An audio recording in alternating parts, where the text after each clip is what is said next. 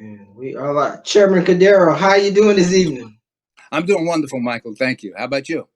Man, I cannot complain. The family is well and everybody is doing good. How are you and your family holding up during this crisis? Everybody's well, and thank God we're not.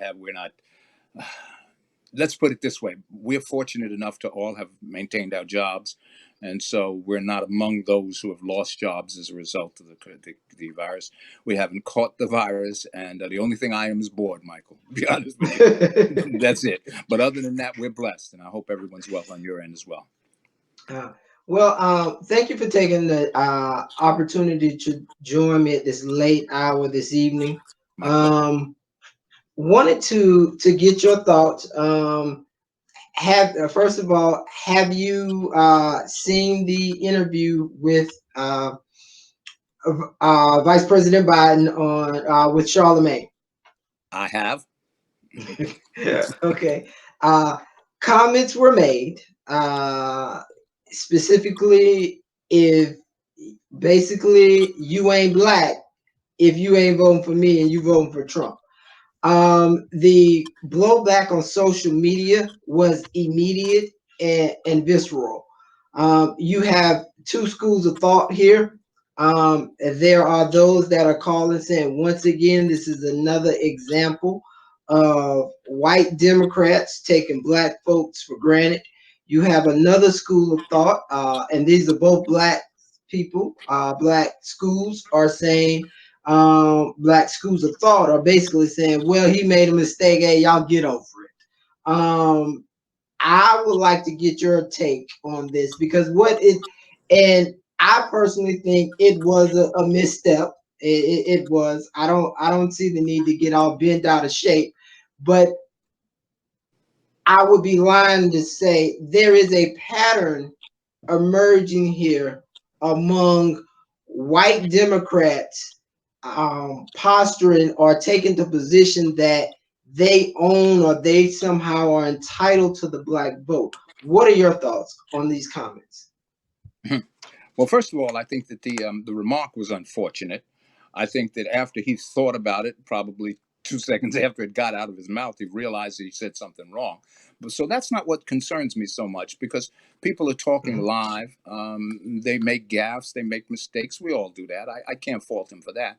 But what I'm more concerned about, frankly, is where this is coming from.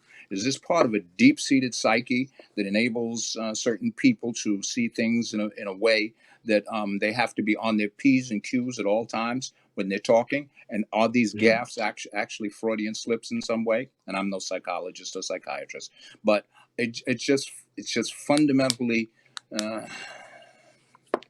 a fundamental difficulty that I have recognizing history and understanding what's happened in the Democratic Party. And so I am personally offended by it. And those people who say that oh, give them a chance, give them a break, that kind of thing. I do understand that, but here's what I don't understand. I don't understand why we always feel the need to defend some people when they make mistakes. Well, the question is, if you really think it was a mistake, there's really nothing to defend. And more importantly, the candidate should be able to defend themselves. So all I'm really saying is let's get over it simply because it was said and it was said, and the blowback. What I think will ensure that he doesn't do it again. But again, Mhm. my concern is what level of comprehension, what level of understandings does that really come from? And I think that's what we need to be concerned about. Okay. Um, Now, during the interview, Charlemagne mentioned several things. He and several things stood out to me, where he said that older African Americans were supporting Biden is no problem, but younger African Americans remember the '94 crime bill, Joe. They remember '86 crack law, Joe, and they remember '84 mandatory minimum sentences, Joe. Um, I One of the things that disturbed me, and I am definitely a supporter of the vice president, but one of the things that disturbs me is he did not make an apology, or he did not say any of these bills were bad for the black community. He said Oh, it was a lot of good things in those bills, and it was basically wasn't me. It was the drug laws, and it was the states or whatever. How do you see uh, how, in your opinion, how did those laws affect the African American community, and should the president, um, repeal those laws or at least apologize for I think it's goes without saying that an apology is required. Let's look at it this way: Hillary Clinton apologized. Uh, President Clinton apologized, um, and Joe Biden was the architect. Joe Biden was not someone who supported it. Joe Biden wrote the entire plan. So for him to not recognize what it has done, the effect it has had on the black community in terms of mass incarceration that we are living with today, it seems is inconceivable to me. So the only result that we get from that, the only conclusion that we have to reach from that, is that you know what you've done and you refuse to apologize for it. Now, the interesting thing about that is that's a man thing. And I could say some more about that. But here's the thing: I dig my heels in and I'm not going to apologize because I can't be wrong. That scares me.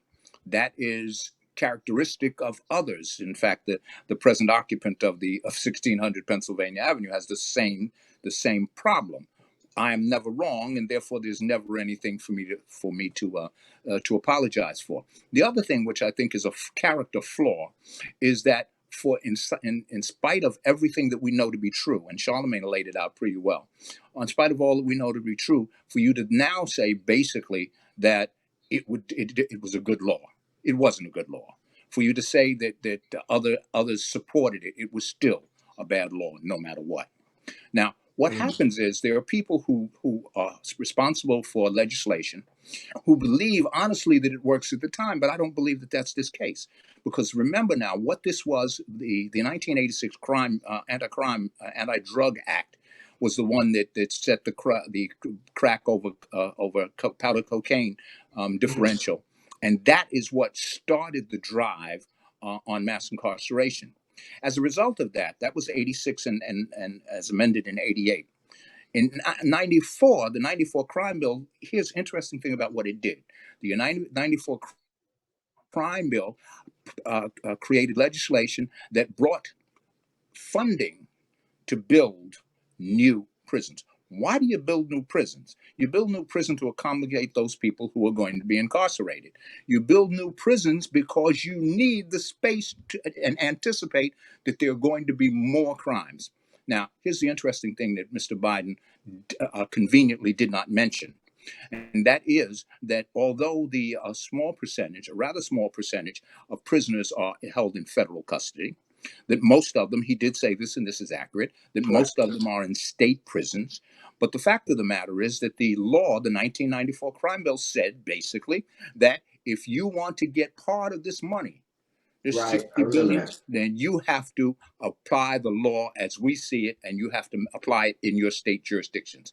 Vast majority of states did it. So it was the impetus that gave it was the impetus that allowed for this mass incarceration to continue and to be exacerbated. And there's no getting around that. Everybody, when I say everybody knows it, I sound like somebody else. When I say everybody knows this, every study that has been done to date on the 1994 crime bill concludes that it increased mass incarceration. So I don't even think that's disputable at this point. My point is this: it is arrogance and it is dishonesty to do that. Now, I just want to say this because I am a Democrat. In spite of everything I say about the Democrats, I am a Democrat, and yes, I will vote for the Democratic candidate. It seems to me that that's going to be Joe Biden. So no matter what I say about him, I will still vote for the Democratic candidate. I just wanted to get that in. That Okay. What role, as a Democratic leader and as a Democratic leader in South Carolina, what role do you see Black leadership playing? Should we be allowed to? It's always Black folk need to uh, don't take it to heart. Y'all being overly sensitive. People make mistakes. I every time somebody says something negative or does something to the black community or black people or black voters, we should just get over it. And so my question is, should we just get over it? Should black leaders just be telling black voters, get over it? He's the eventual nominee. It's okay. What do you see black leaders doing? What should we be saying? Or I'm curious to know. My answer is a resounding no. We should not give them a break on it. And here's the reason why. If you step on my toe and today and you say I'm sorry, it was a mistake, fine. Okay. I'm sorry, it won't happen again. Fine. I ignore it. It's no big deal. Brush the shoe off and keep on walking. So the following day you come back and you do the same thing. So Mhm. now the second time I'm beginning to say, now this man is just foolish or he's clumsy or whatever the case is. But the third time, that's a pattern. And everything after that is a pattern. So what we're seeing is we're seeing a pattern of behavior that goes back until 1619, if you want to extend it that far back.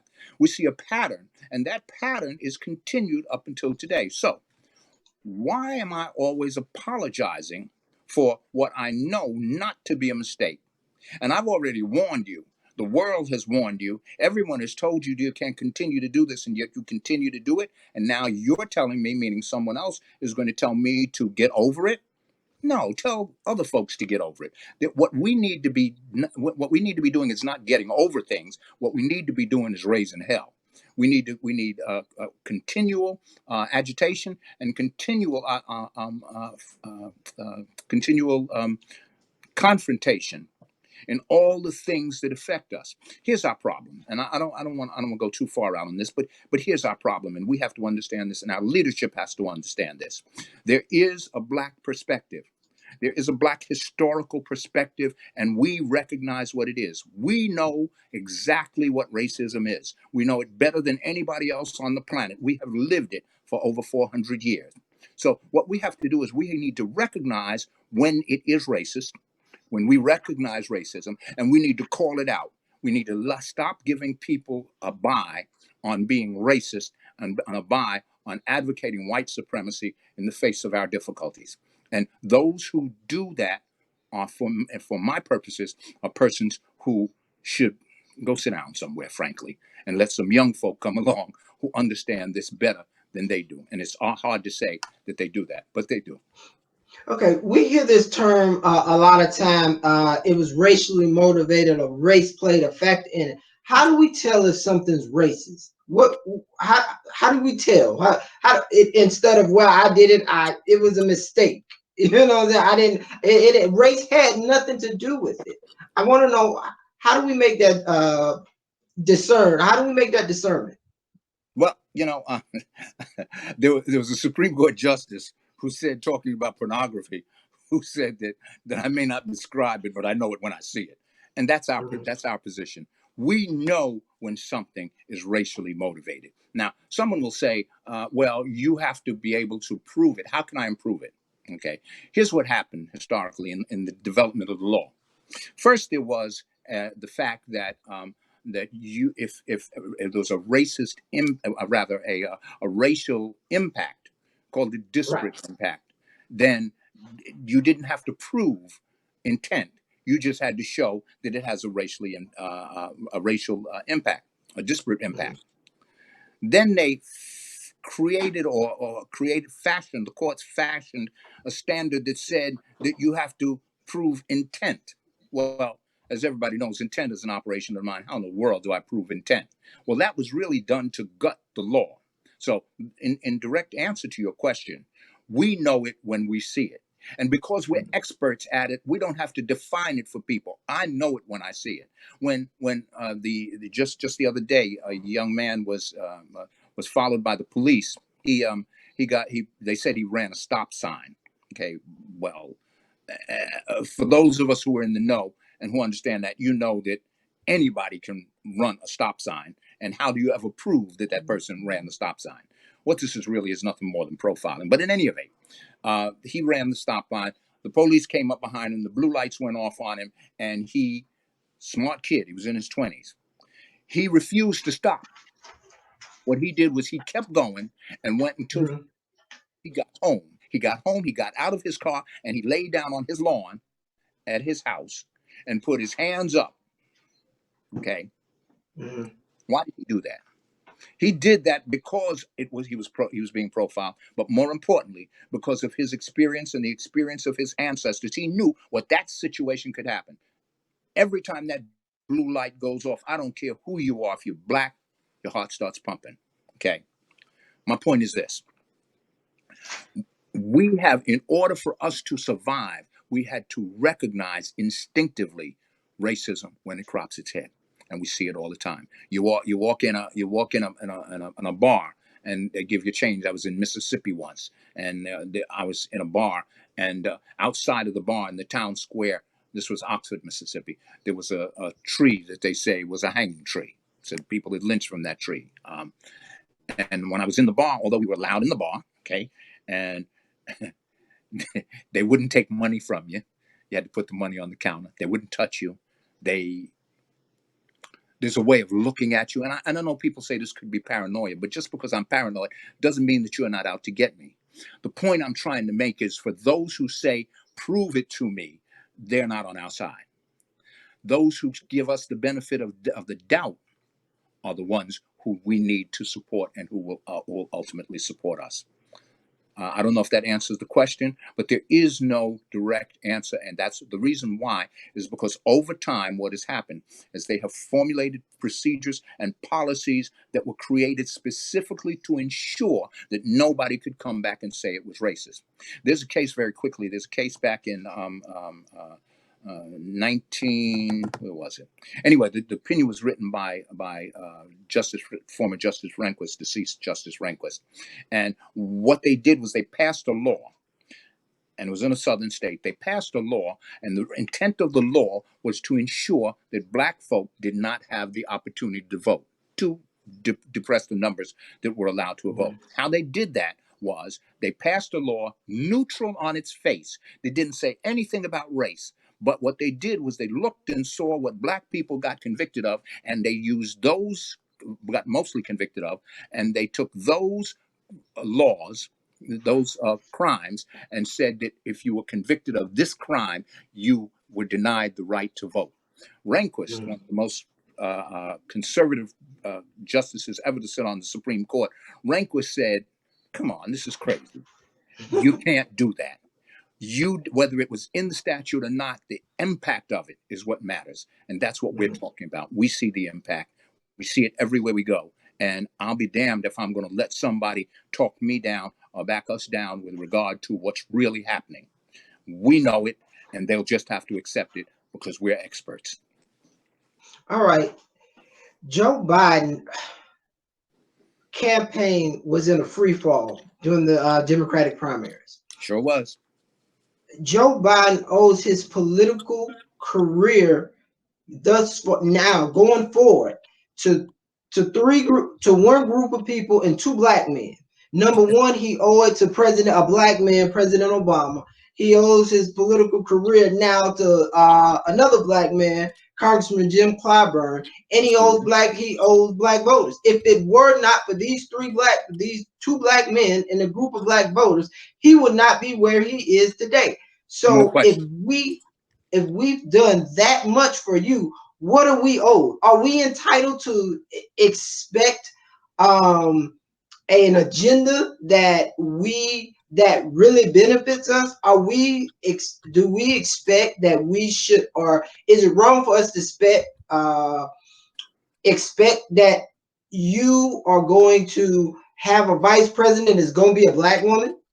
Are we wrong to expect we did this for you? Are we wrong to expect him to go out of his way to benefit the black voters of this country, let alone South Carolina? Absolutely not.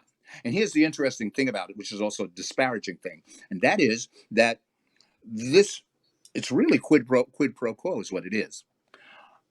Everybody in the political realm expects something in return for what they do, for their donation, for their vote, for their bringing people out. Everybody expects it. Probably 99% of those who ran for vice for president and who dropped out, all of them were doing so partially because they expected something in return, because they would be called on for vice president, a cabinet position, whatever the case might be. Okay, so that this is really nothing more than quid pro quo. And no, it's not unreasonable for ask force. There are no people in the United States or anywhere else for that matter who do not expect support for their issues when they provide the support. You support me, I support you. I put you in office. Here's what this whole thing is about. You run for office. I make a big donation to your campaign. Am I making the donation because I just want to see you? No, no. I'm making it because I want something in return. What do I want? I want access. Why do I want access? I want access so that when I call you and your phone rings, your secretary, your clerk, your receptionist, whoever that call comes to, knows to put Johnny through. I get through. Now, what do I get from that? I get your ear. I get to talk to you. Hey, Mike, I don't know if you've ever thought about it, but here's this issue over here. Okay, Johnny, I'll think about it. I'll see what I can do. And you put your people on it. That's what this is all about. So now, if I put you in office, and remember, we've put every Democratic president in office since Roosevelt. Okay. So we are owed, and we've never been paid for that. And what do I mean when I say paid? The issues that we need to be addressed have never been addressed except by lip service. The people who have been on our side have been the people who have made changes, but every one of those who made changes made them in a way that they would not offend white folk. And so that what they gave us was really crumbs off the table. So here's what we're doing now. In this particular instance, I think not only are we right to demand, and I use the word demand, to demand at least that a vice presidential candidate who's a black female. Okay. Now, the second part of this, which is vitally important, is that there are so many black women who are eminently qualified for that position. Susan Rice is one, who's a favorite of mine. Kamala Harris is another. Okay. Val Demings is another. We've got so many who could take that job and run with it and hit the ground running. Okay. So we're not only owed, but at the same time, we also are pushing forward, or are pushing candidates who are well qualified, who are eminently qualified. And if that doesn't make it, I don't know what does. Now, here's what disturbs me about this whole thing. To say that I'm looking at people, but I can't make that commitment, that's problematic for me. That's what I found problematic. As you know, I'm a local businessman here in Columbia. I have clients. I've worked in the legislature for over 20 years. This is my question. If I was running for office, and let's say white women, if white women came out and vote, and I was doing bad, but white women as a group came out and they voted for Michael Bay, and they resurrected my career, and I went on to get in office.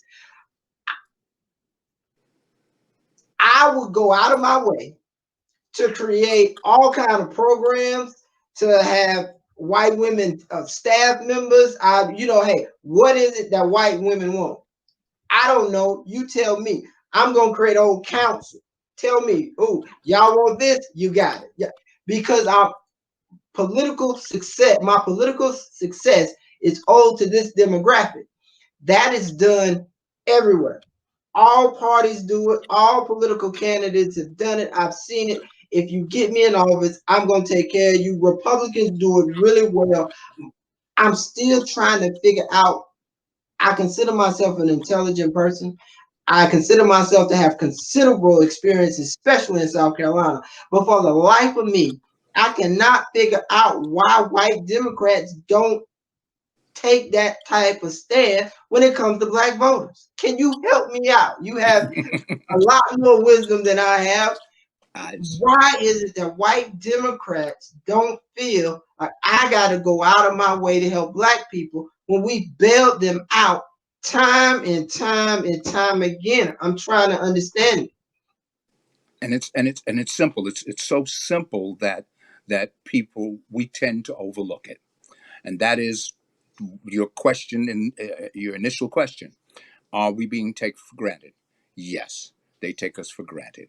And they take us for granted not only because of the racist history in this country and our treatment over time, but because we do not stand up and fight. That is the whole situation in a nutshell. Take us for granted, not because, take us for granted because they know that they can. And every single time we do the same thing. It's 2020, and we are doing the same thing that we have always done. And to be honest with you, this may sound strange coming from me. To be honest with you, I would do the same thing if I were in that situation. Think about this now. I've got somebody who is going to support me and keep me in office for 20, 30 years, no matter what I do. And I don't have to do anything for them. I go out and I kiss a baby here and then. I speak from a pulpit every now and then. And I nod to the people who they respect. And that's all I have to do. Why would I not do it? So I can't blame them for it. They do take us for granted, and they take us for granted because we don't stand up. That is the fundamental issue. Now, there's one other part about this, and I know this sounds strange. It certainly cannot be genetic, but given our history and our background in this country, is it really so hard to believe that we have been almost genetically made fearful of what happens if you speak up? That, I think, is a great part of it, and we are passing it down from generation to generation.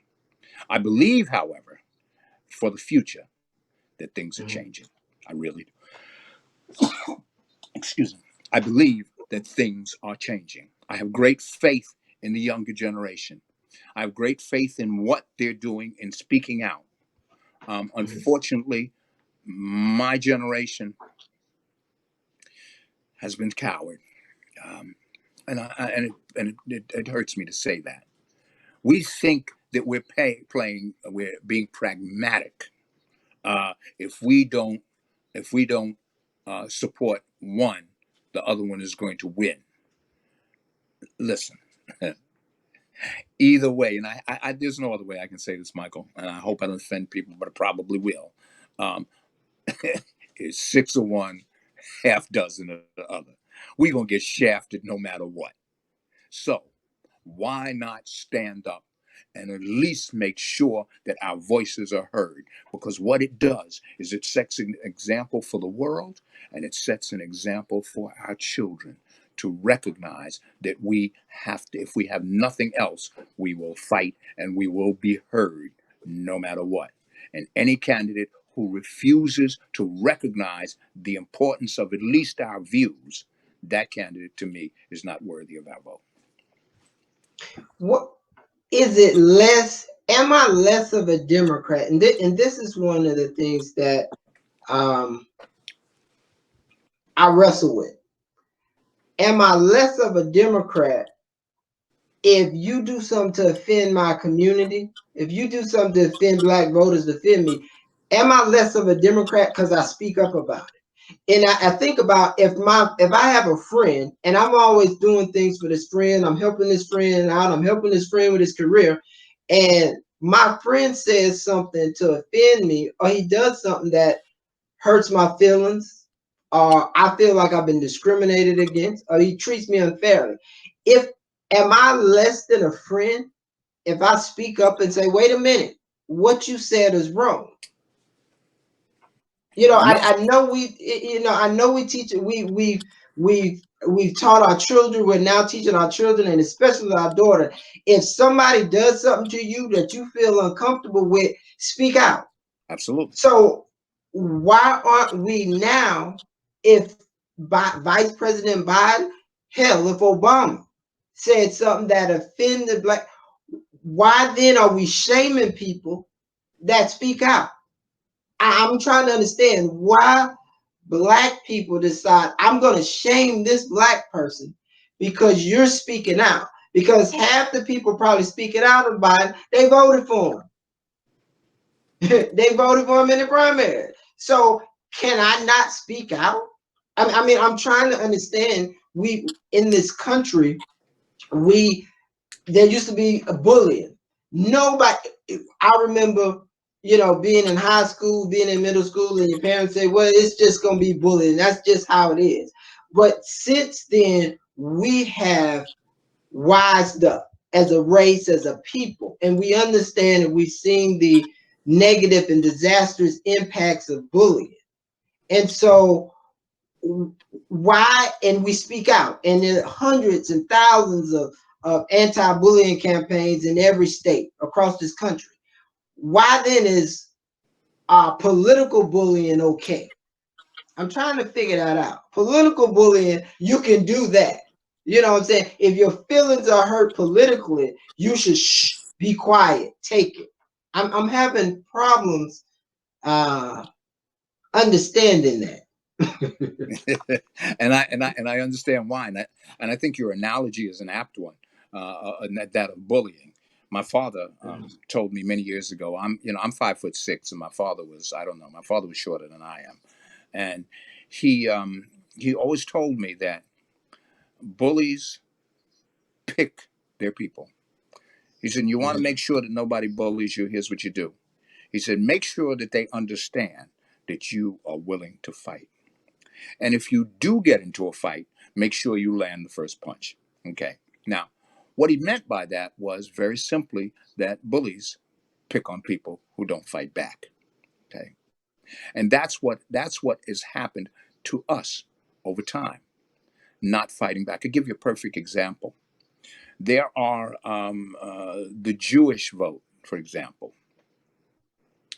There's not a politician alive today who would dare, well, Bernie Sanders departed from it a little bit, but he's a Jew also. There's not a politician today who will say anything against Israel. It's the third rail of politics. You touch it and you get electrocuted. You touch it and you die. Why? There are 5 million Jews in Israel, roughly speaking, and we give them over $5 or $6 billion every year. Okay, every politician plays up to them. Why? They're not nowhere near as numerous as we are in this country. But why? Because they know that they will stand up and they will fight, and they fight with their votes. Okay, they vote as a block, and that is what gets respect. They know that they can come in and divide and us, our young people and our old people. I remember seeing a lady who I did not know, and Bernie Sanders was at a meeting, and I'll never forget it. She looked at him with such disdain and such disgust. And I'm not saying Bernie Sanders was anything great. What I'm saying is that she did not even want to hear it. She didn't even want to hear nothing he said. Like, don't come near me, don't touch me. Now, what that comes from is because you've made up your mind that the candidate that somebody else tells you is the one you should go for, that's the one that you go for, and that's the one you will defend. Our problem is always going to be the same thing until we decide. Malcolm said it best. Malcolm said, listen, we get behind closed doors, and I'm paraphrasing him, of course. He said, we get behind closed doors and we argue it out. We duke it out if we have to behind closed doors. But when we walk out in public, we speak with one voice. We speak a unified voice. That's what we have to learn. And the minute we learn that, and the minute people begin to see that that's what we're doing, that's when the change actually comes. And if you'll stop and think about it, every step forward that has been made, every effective and constructive step forward that's been made in history has always been made as a result of us coming together behind a particular issue. That's what makes the change. And that's the lesson that we have to learn. And until we do, they will continue to divide and conquer us, and they will continue to win in spite of our superior numbers. Okay. I want to touch on one more topic because it seems like it fits in. You consider yourself a Democrat.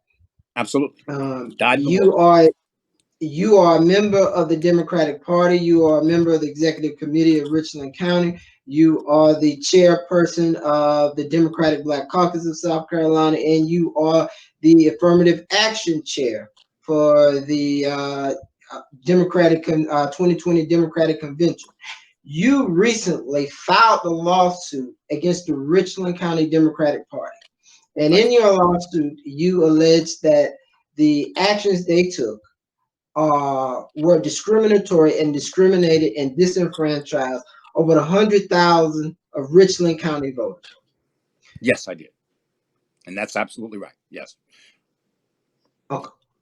Go Tell ahead. me, why did you feel it was necessary to bring a lawsuit against the party? The short answer is I can talk to you until I'm blue in the face. But, and I will talk to you sometimes if until I'm blue in the face, if that's possible. As long as I believe that this discussion is moving forward and that we're making progress.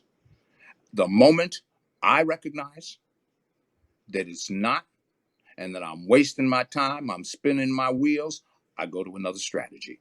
And that's why I brought the lawsuit. There's an arrogance that exists that is insulting. There's an arrogance that basically says, and you were talking before about racism and what it is, that I know to be racist. And it is my job for all of the things that you've mentioned. It is my job to stand up for those things. It's my job to stand up as an individual. And aside from being a Democrat, aside from being a chairman of this or that, I am first and foremost, will ever be Black. That is first and foremost. And that's why I do what I do. I do it because not everyone has the talent or the training to do what I do. And so I have to do it. Just to give you a quick example, and this is what I tell people, which I think is probably the thing that will get people to understand why I have done what I done, is because in Richland County there are over 143,000 registered voters. The Richland County Democratic Party sent out in their recent teleconvention and their recent elections, they sent out 416 ballots. And on that ballot were the names of people handpicked by them. And that's who they, of course, won the election with. Well, that amounts to less than 1% of the people who are eligible to vote. That is discriminatory. That is in violation of the South Carolina election laws. And what it does is it has the effect of suppressing our vote. Because, and here's the thing that people don't understand. We know about all white primaries. They had them here in South Carolina, they had them throughout the South. We know that over a period of time, finally the Supreme Court, first the local district court in South Carolina, and then eventually all the way up to the Fourth Circuit Court of Appeals, and then to the United States Supreme Court, they concluded that the all-white primaries were wrong. They were unconstitutional, and they banned them. But in doing so, what they said was that it filters all the way down to the party level. And that includes the leadership, because in order to control it, you have to be a leader. If I'm in the party and my vote doesn't mean anything, then I'm in effect being denied the vote. So what I'm arguing is that this tactic not only stops us from, not only dilutes our vote as it goes further up, but what it does is it refuses, it makes it impossible, virtually impossible, for us to gain control of the party apparatus, the leadership of the party apparatus. Now, here's where this becomes very significant, and I hope people will understand this. We are, I'm talking about African Americans, what in South Carolina, the election commission calls non-white voters. Okay. We represent 66% of the Democratic electorate in South Carolina. That means that if democracy is really to prevail, then majority rules, because that's really what democracy means. Majority rules. We should be in control of this party. Now, I know that there are people who take offense to that and say, oh, this is reverse. No, it's not reverse anything. We should be in control of the apparatus of the South Carolina Democratic Party. Here's another interesting point. I know many people know this, but just to reiterate it, since 1848, roughly, don't hold me to that figure, to that date, but 1848, roughly, when the Democratic Party began, okay, there has only been one African American chair of the South Carolina Democratic Party. Only one. And going further back in those days, we were the majority population for some years back then. Interesting point. And so what I'm saying to you now, what I'm saying now is the reason for that is the way these things are handled. That's what the lawsuit is about. And I believe I'm going to win. Okay. And you're not asking for money. You're No, asking for these voters that have been disenfranchised to be able to vote. that's it. Correct? That's it. Absolutely right. Once again, I'm not looking for monetary damages at all. once again, I'm putting a business hat on. Okay. My organization has one of the largest um, distribution lists in the state. We have a little over 400,000 subscribers. Yes, If sir. I send out an email and I'm trying to do something, my intent is good, and I offend 66%, or I didn't, or I leave out 100,000 of my subscribers, if I give, if I'm giving something out, Mm-hmm. you can participate in something.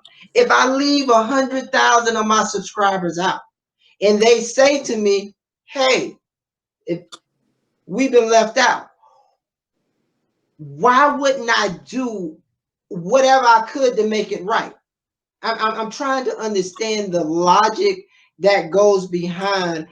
Once again, Richland County consists the majority of black voters in Richland County are black voters, and they're going to be Democrats.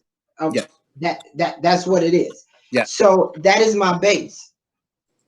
If an organization within my party, say a Black Caucus, whose whole job is to empower and be the go-between of the party and the black voters, and to talk to black voters and to make sure black voters don't feel like they're taken for granted. If this organization or a leader from this organization says, "Hey, wait a minute, you've discriminated or you've disenfranchised this many voters, and it has a disproportionate effect on black voters." If my intent was good, if my heart was good, if I was of good character, I would say to that leader, that organization, I'm going to do everything I can to make this right. Has that been said? That's And my I'm question. laughing. I'm laughing not because it's funny, but because you put it so succinctly. Fact of the matter is, and this takes just a little bit of background, but it's important. The Black Caucus, we created the Black Caucus for the specific purpose of ensuring that issues of importance to the African American community and the Democratic Party in South Carolina were addressed, and were addressed straightforwardly and without fear or favor. That's why we exist. Without that, there's no reason for us to exist. Okay. Now, one of the things that we have done as a caucus, and we have, by the way, been the fastest growing caucus in the South Carolina Democratic Party. We now have chapters, and we're moving, we're growing. People are understanding it. Okay, what we intend to do is to ensure that those issues are raised. But here's what people have to understand: we are totally and completely committed to that. Okay, so that if it turns out that you don't listen, we're talking about the party now, you don't listen to our voice, excuse me, then why do we exist? What are we to exist for this purpose? And then we tell you what needs to be done. We tell you what the black community is about. We tell you what our grievances are and what the Democratic Party needs to do, and you ignore it. So what are we then supposed to do? Just throw up our hands and say, okay, well, we gave them the information. Let me tell you something. We have been after the Democratic Party since day one to tell them that they need to address the elephant in the room, and that elephant in the room is racism, and racism within the Democratic Party. We've told them that. We've asked them to fund it. We've asked them to hold forums for it. We've done everything that I can think of. But after a point, when we recognize that you are not going to listen, then we're going to make you listen. And that's all this is about. So, in direct answer to your question, yes, we brought it to their attention. Yes, they know it. And yes, they ignored us. Wow. And I guess what also bothers me, or what I'm trying to understand in terms of voter education, and especially in the African American community, I've heard and I've spoken with people on both sides of the issue. Some people that support you and support what you're doing. I've spoken with ACLU lawyers. I've spoken with some NAACP people. I've spoken with the average voter. I've spoken with white voters. I've spoken with ministers. What, and I've also spoken with people who feel you shouldn't have brought the lawsuit, but well, it could have been, it should have been a better way. And these are party officials. What I'm trying to understand with black people and black voters, do you think, in your opinion, do you think that black voters understand that the whole reason that there was a President Obama, the whole reason that we have Congressman Clyburn, the whole reason that black voters can vote and we have access to the ballot, because our forefathers, our civil rights icons, brought lawsuits against Democrats, Republicans, in order to get that. If it wasn't for lawsuits being brought against Democrats, we would not have the right to vote. And I don't understand that people think that or what is it that people think that magically some white man woke up and say, you know what, I think black people should be given the right to vote. We won that through lawsuit. So, Thurgood Marshall sued the Richland County Democratic Party and South Carolina Democratic Party. I wonder if people knew that. So it would seem to me that you're following a trend of black civil rights leaders and filing lawsuits for the right for us to vote. So I'm very distraught. I'm very heartbroken when I hear black people that say you shouldn't have brought a lawsuit. How do you think we got here? Why, if it were not for lawsuits? I just don't. I'm an intelligent man, but sometimes there are certain things that escape me. Because that's really what that is a tribute. And thank you very much for saying that. But let me just fill in some background for you for those people who don't know. The fact that that we can even be in the Democratic Party in South Carolina is a result of a man named George Elmore. George Elmore lived in Richland County, South Carolina, and he challenged the all-white policy. As you said, he was represented by none other than Thurgood Marshall, one of the greatest litigators that we've had in this country, whether black or white or anybody else. And he sued the Democratic Party of South Carolina and the Richland County Democratic Party. I'm suing the same people. Okay. Um, the result of it was that the all-white primary was found unconstitutional, both at the district level and that at the level of the Fourth Circuit Court of Appeals, and then finally the United States Supreme Court. And so, in a very real sense, the reason I'm in a position to do what I do, the reason that we're in a position to do what we do as Democrats and members of the Democratic Party, is because of George Elmore. Okay, Mr. Rice was the chair of the Democratic Party at the time.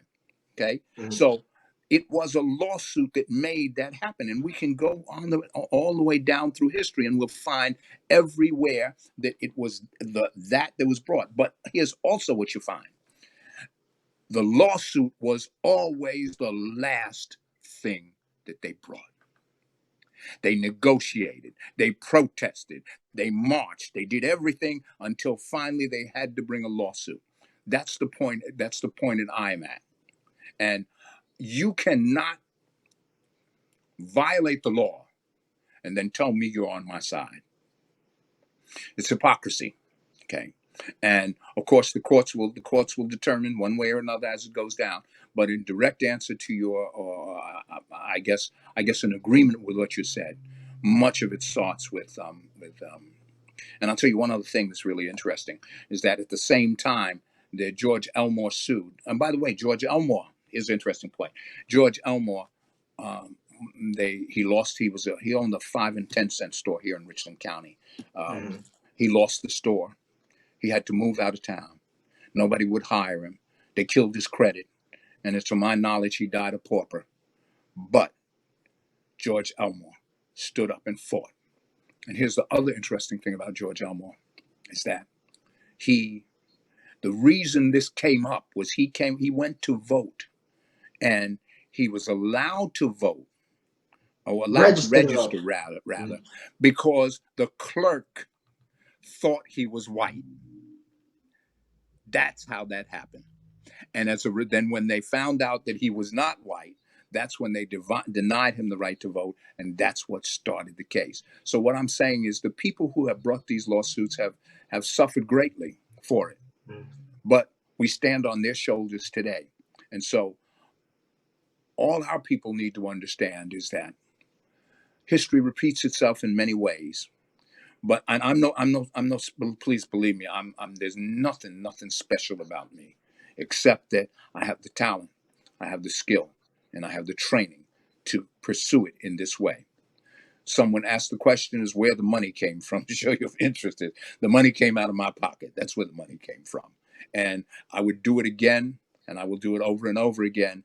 If I get anything out of it, it will be the satisfaction of knowing that I fought because I was able to. Well, we definitely appreciate that. And once again, it goes back to what I was saying. Why must we continue to fight our friends? Why can't we tell white Democrats that that's offensive? Why can't we tell white Democrats that, you're setting up a system and, it's inequality in the system? I'm being disenfranchised in the system. We're friends, and it would seem that all I would need to do is bring it to your attention, and you would change if you were a good character, if your intent was good. But because your intent is not good, we have to fight. And they look, and it's a constant search. What I'm saying for people trying to find out, well, I broke the law, but I didn't break it for a racial motivation. I wasn't racially motivated. The fact that I disenfranchised 100,000 voters had nothing to do with race. Most of them just happened to be black. You know what I'm saying? And I didn't mean it. You know what I'm saying? I never understand that. When your friends won't stand with you, and I'll tell you a story that sticks with me to this day. I was in the legislature. Then I was working under the late great Joe Neal. And and I'm not gonna change no names. A lot of times I say we change the names to protect the innocent. No, I'm gonna leave the names in here. Me and Travis Johnson were at the state convention. At the time, I might have been 29 or 30. Trav must have been maybe 25, 20, 26. We were laughing because the young Democrats were we were in the room with the young Democrats, and at the convention, we were voting for new presidents. And, the young Democrats were trying to remove at the time Rashard Gaines. Was a young man. He was the president of the Young Dems. And, they didn't like they didn't like Rashard. Basically, it was a lot of white kids there, young people. I shouldn't call them kids. There was a lot of white young people there, and they didn't like Rashard, and they wanted to get rid of him because they didn't feel he should be over them. At the time, I just thought it was funny. You know what I'm saying? I was looking at it, I was laughing. I worked at that time for Joe Neal and the Legislative Black Caucus. And so I remember going back, that was on a weekend. And so I remember they couldn't get rid of him that day. And so they said, we're going to call another meeting. We're going to get rid of him then. And so must have been Tuesday or Wednesday. We were at in the legislature. We was in Joe's office, and we were laughing about it. And I didn't know Rashard at the time. I just knew of him. I've seen him around in the party. And so Joe said, "What are y'all laughing at?" And I was like, "Yeah, they're trying to they're gonna get rid of Rashard. They don't like him just because he's black, but I ain't getting in it. I ain't, it's not for me to get in. I ain't got nothing to do with it." And I never forget the time Joe Neal, Representative Joe Neal, looked at me and said, "You work for me and you work for the Legislative Black Caucus. That is a young black elected Democrat official. If you know that they're doing him wrong and he's being mistreated, you are supposed to stand up for him. I don't care if you don't know him. You are supposed to stand up for him." And I was like, "That's some young kid." You know what I'm saying? No, he's an elected Democratic official in this state.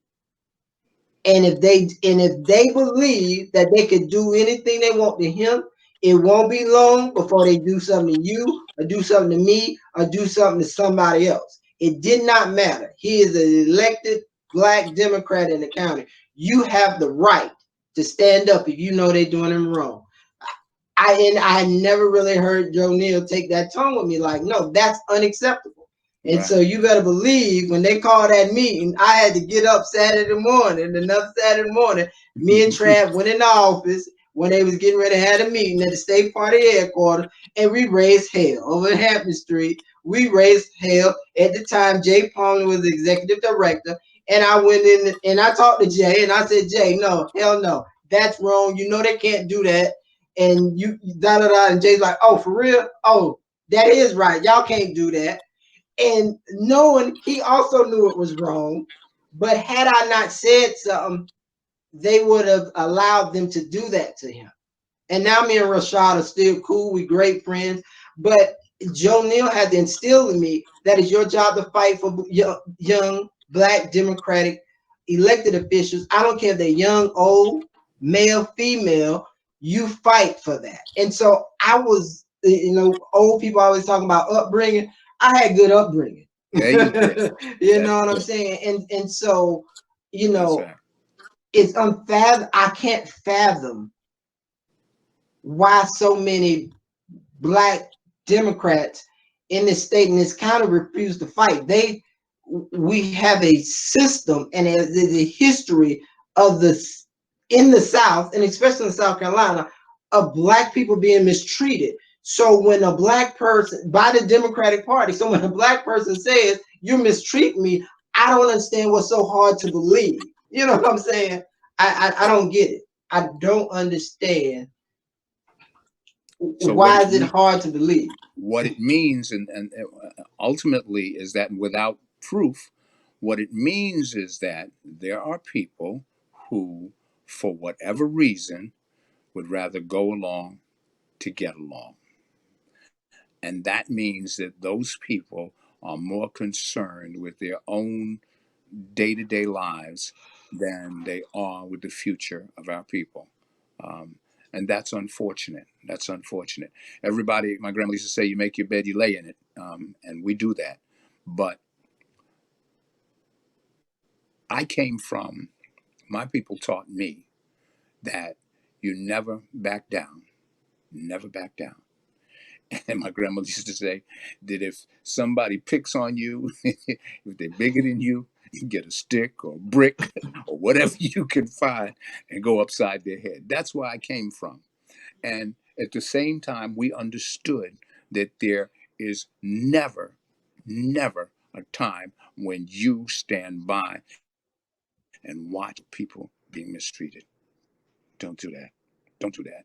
And now we're at the point where, and brother brought this to my attention, and they were right, where a guy is videoing a sister being beat up by the police, and he's saying, "Don't worry about the sister. I got it. I got it on tape. I got it on tape."